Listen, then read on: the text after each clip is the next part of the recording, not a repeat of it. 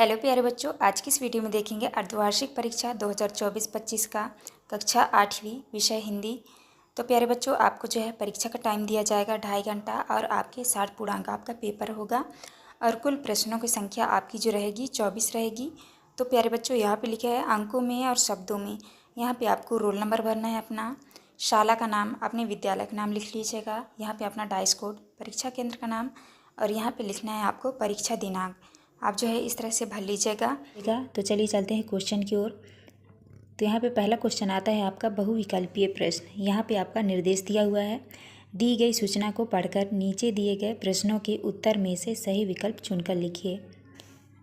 तो यहाँ पे लिखा है, देखिए पहले क्वेश्चन में सड़क सुरक्षा के लिए प्रतिज्ञा लें।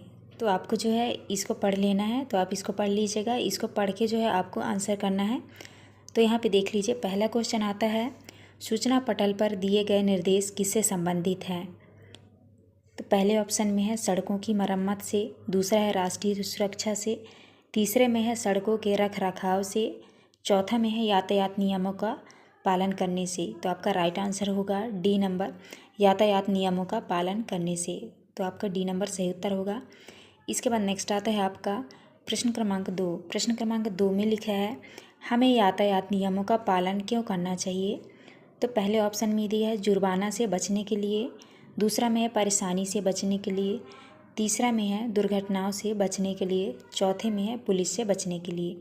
तो आपका राइट आंसर होगा, आप सी नंबर राइट आंसर कर लीजिएगा, दुर्घटनाओं से बचने के लिए। तो आपको इस तरह से आंसर करना है। इसके बाद नेक्स्ट क्वेश्चन आता है आपका प्रश्न क्रमांक 3 में है, राष्ट्रीय सड़क सुरक्षा सप्ताह के लिए 5 प्रतिज्ञाओं के लिए निर्देश किसने जारी किए हैं। तो पहला ऑप्शन है पुलिस विभाग ने, दूसरे में है परिवहन विभाग ने, तीसरे में दिया है लोक निर्माण विभाग ने और चौथा में है सूचना विभाग में। तो आपका राइट आंसर होगा बी नंबर, परिवहन विभाग ने। तो आपको बी नंबर सही उत्तर कर लेना है। इसके बाद नेक्स्ट क्वेश्चन आता है आपका प्रश्न क्रमांक 4। प्रश्न क्रमांक 4 में दिया है, सड़क सुरक्षा नहीं केवल नारा, इस पंक्ति की दूसरी उचित पंक्ति क्या होगी। तो यहाँ पे देख लीजिए, पहले ऑप्शन में दिया है सूख गई जीवन की धारा, दूसरे में है यह तो है संकल्प हमारा, तीसरे में है टूटे ना कोई सड़क किनारा, चौथे में है सुखी बना लो जीवन सारा। तो आपको राइट आंसर करना है डी नंबर, सुखी बना लो जीवन सारा। तो आपको डी नंबर जो है आपका सही उत्तर होगा। इसके बाद नेक्स्ट आता है आपका प्रश्न क्रमांक 5 में है, दो पहिया वाहन कौन सा है। पहले में है कार, दूसरा है ट्रैक्टर, तीसरे में है बस, चौथे में है मोटरसाइकिल। तो इसमें आपका राइट आंसर होगा, दो पहिया वाहन आपका होगा डी नंबर, मोटरसाइकिल। इसके बाद नेक्स्ट आता है आपका प्रश्न क्रमांक 6।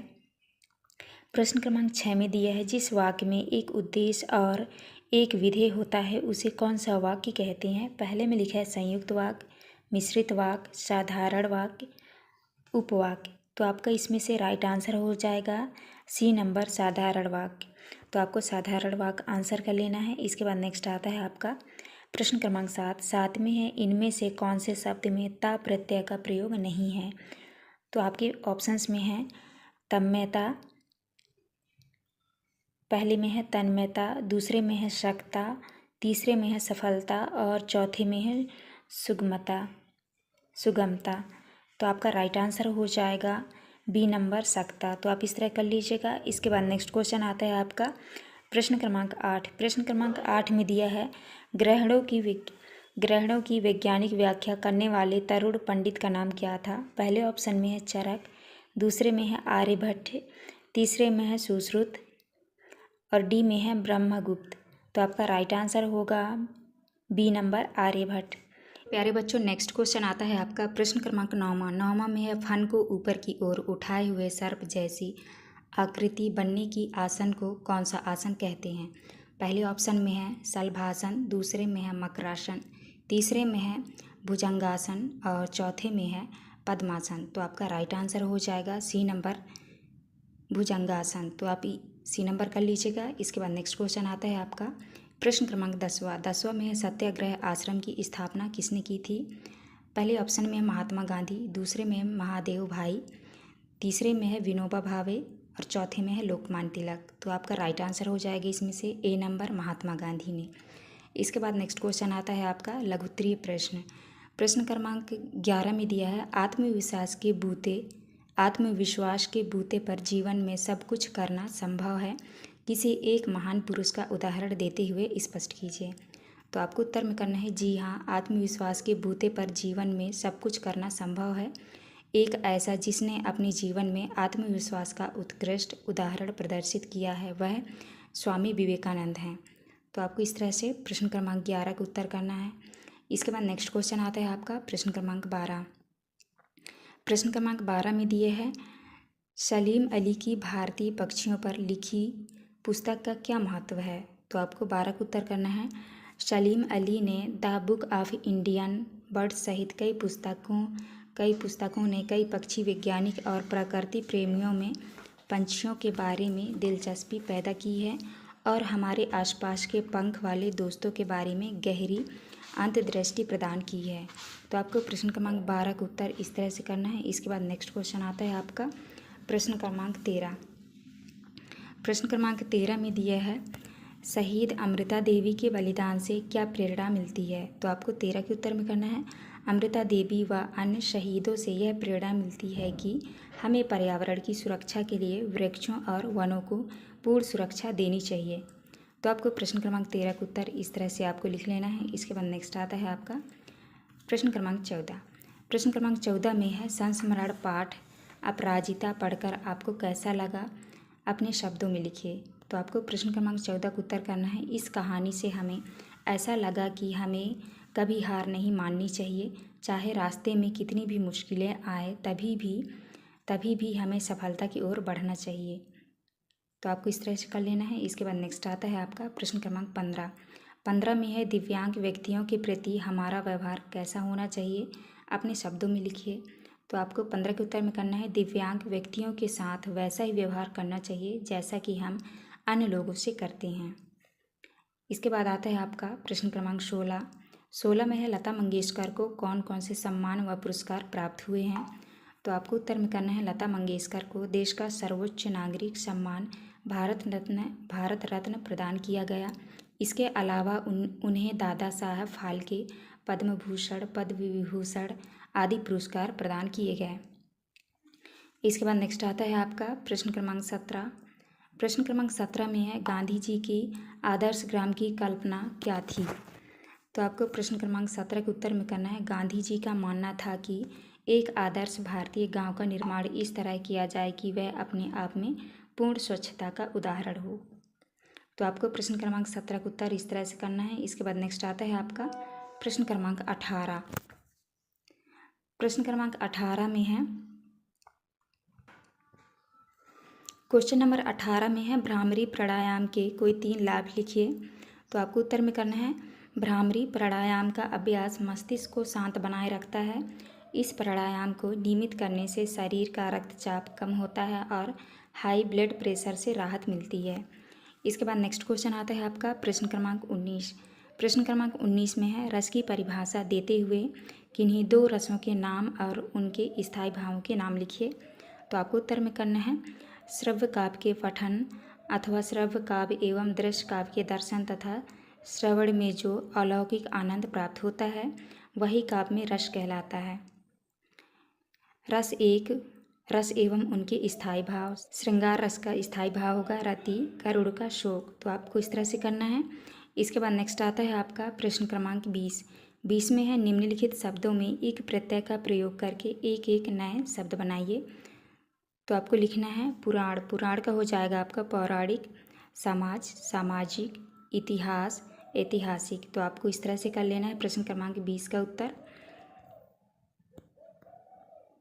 इसके बाद आता है आपका दीर्घ उत्तरीय प्रश्न। यहाँ पे आपके निर्देश दिए हुए हैं, लिखा है, नीचे दिए गए प्रश्नों के उत्तर लिखिए। प्रश्न क्रमांक 21 में दिया है, निम्नलिखित पंक्तियों का संदर्भ सहित भावार्थ लिखिए। तो इसको आप पढ़ लीजिएगा। इसको पढ़ के जो है आपको इसका भावार्थ लिखना है। तो आपको लिखना है उत्तर में संदर्भ, प्रस्तुत पद्यांश हमारी पाठ्य पुस्तक भाषा भारती के पाठ ना यह समझो कि हिंदुस्तान की तलवार सोई है से अवतरित है। इसके रचयिता राजकुमार चतुर्वेदी चंचल हैं।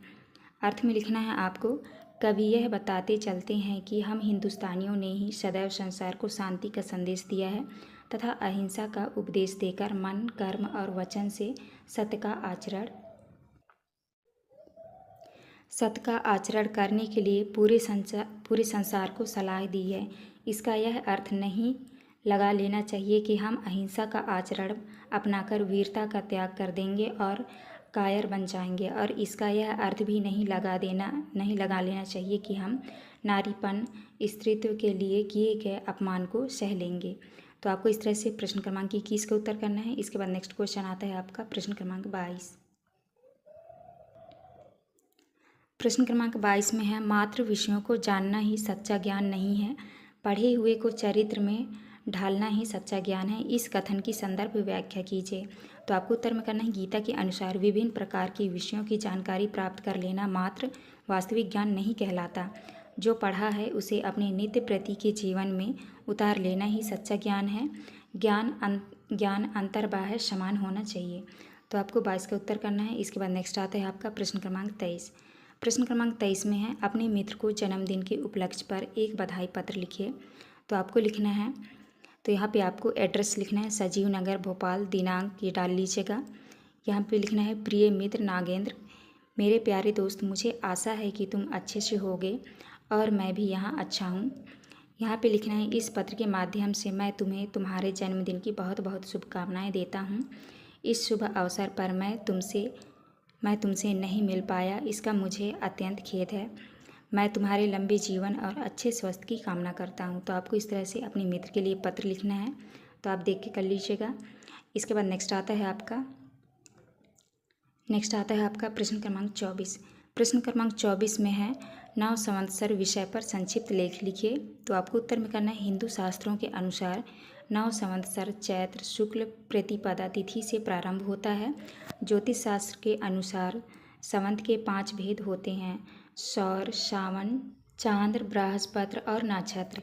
एक सावंत में 12 मास होते हैं। चैत्र से फागुन तक इसका क्रम निश्चित है। एक सावंत में 6 ऋतुएं होती है। तो आपको प्रश्न क्रमांक 24 का उत्तर इस तरह से करना है। तो प्यारे बच्चों, ये था हमारा लास्ट क्वेश्चन। यहाँ पे हमारी वीडियो कंप्लीट होती है। अगर आप हमारे चैनल में न्यू हैं तो हमारे चैनल को लाइक एंड सब्सक्राइब जरूर करिएगा, जिससे आपको अगला वीडियो का नोटिफिकेशन आपको मिल सके। तो चलिए मिलते हैं अब नेक्स्ट वीडियो में।